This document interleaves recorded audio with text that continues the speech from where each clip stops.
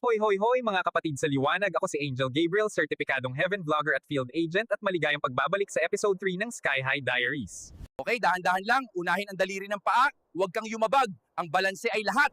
Huwag kang kabahan. Teka, naku! Michael, Uriel! may kumuha sa akin. Okay lang ako, sa tingin ko. Pero, tiyak na hindi ito ang langit. Plot twist mga kaibigan, nagbago ang vlog natin ngayon. Nandito na tayo sa impyerno. Pero tuloy ang vlog. Mainit na content, literal.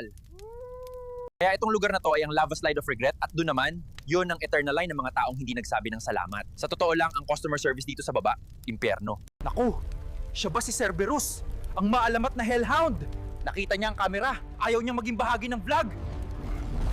Ayun, ang emergency portal. Nakasulat para sa mga aksidenteng nahulog lang.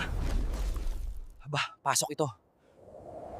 Nakarating ako, ligtas ako, si Cerberus, na-block, impyerno, na-explore, content, nakuha. Moral ng kwento, huwag kailanman mag-vlog at maglakad sa ulap ng saway.